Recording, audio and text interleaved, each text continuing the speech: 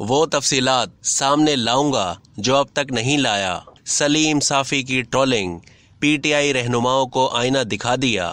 عمران خان اور بشرا be be کے جادو کے قصے منظر عام پر سینئر کالم نگار سلیم صافی نے پی ٹی آئی رہنماؤں کی جانب سے حج کی ادائیگی کے موقع پر کی جانے والی ٹرولنگ پر عمران خان اور ان کی اہلیہ بشرا بی بی کو آڑے ہاتھوں لے لیا۔ انہوں نے ایک تفصیلی نوٹ جاری کیا جس میں بشرا بی بی اور عمران خان کے نام ایک ضروری اعلان تھا۔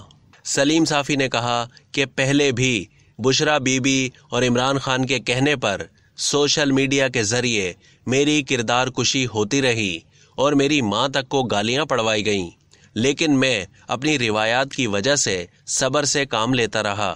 اب کے بار جب میں اہل خانہ اور دوستوں کے ساتھ حج کی سعادت حاصل کر رہا تھا تو اپنے بد کردار اور بد زبان ترجمان نے میری کردار کشی کے ساتھ ساتھ حج کے لوازمات اور اسلامی شاعر کی بھی تصحیح کی۔ میں حج میں ہونے کی وجہ سے خاموش رہا اور اپنے گناہوں کی مغفرت اور ان جیسے لوگوں کی ہدایت کی دعا مانگتا رہا، لیکن لگتا ہے کہ بشرا بی بی، عمران خان اور مانیکا خاندان اب کے بار میرے صبر کا پیمانہ اسی طرح لبریز کر رہے ہیں جس طرح عمران خان نے 2014 کے دھرنوں میں کیا تھا۔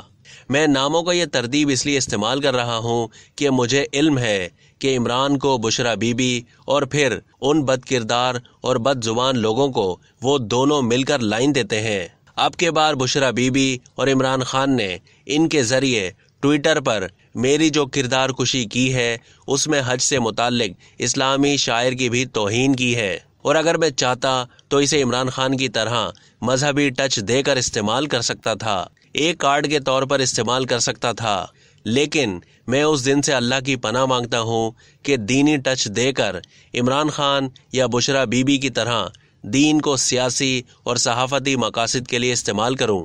تاہم اب میری پیمانہ صبر لبریز ہو رہا ہے۔ عمران خان جانتے ہیں کہ میں ان دونوں کے خاندانوں اور کرتوتوں کے بارے میں کیا کچھ جانتا ہوں، لیکن اپنی روایات کی وجہ سے ان کو بیان کرنے سے اعراض کر رہا تھا۔ وہ الگ بات ہے کہ ہر روز بشرا بی بی اور عمران خان کی سرگرمیوں اور ارادوں کی خفیہ رپورٹ 2 اور جگہوں پر بھجوا کر جان بخشی کراتے ہیں۔ میں بشرا بی بی اور عمران خان کو 4 دن کی مہلت دیتا ہوں۔ اگر ان 4 دنوں میں انہوں نے ان کے خلاف کارروائی نہیں کی تو پھر میں ان قصوں کو منظر عام پر لانے پر مجبور ہو جاؤں گا جو مانیکا خاندان ڈی جی آئی ایس کے معاملے میں جادو ٹونے کے کردار اور اسی طرح کے بے تحاشا واقعات سے متعلق ہیں۔ یہ دونوں یہ بھی جانتے ہیں کہ میں غریب اور فقیر مزدور ہو کر بھی دوستی بھی نمبر 1 سے کرتا ہوں اور ٹکر بھی نمبر 1 سے لیتا ہوں۔ حج کے دوران میں نے پاکستانی سیاست اور صحافت سے اپنے آپ کو مکمل دور رکھا۔ میری زبان اور قلم کو حج کی وجہ سے تالے لگے ہوئے تھے۔ اب واپس آ کر میں ایام حج کی پابندیوں سے آزاد ہو گیا ہوں۔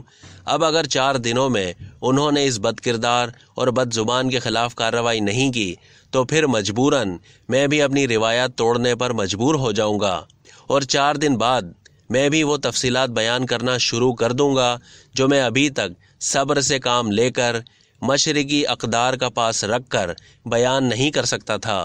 ہم نے کئی سال آپ لوگوں کو اپنے قول اور عمل سے سمجھانے کی کوشش کی، لیکن اگر آپ لوگوں نے اب یہ میدان چن لیا ہے اور اس کی لپیٹ میں آپ مذہب، ملک اور قومی مفاد کو بھی لے آئے ہیں۔ اب تک کے لیے اتنا ہی۔ مزید معلومات کے لیے ڈیلی جنگ کے یوٹیوب چینل کو سبسکرائب کیجیے اور فیس بک کے پیج کو بھی لائک کیجیے۔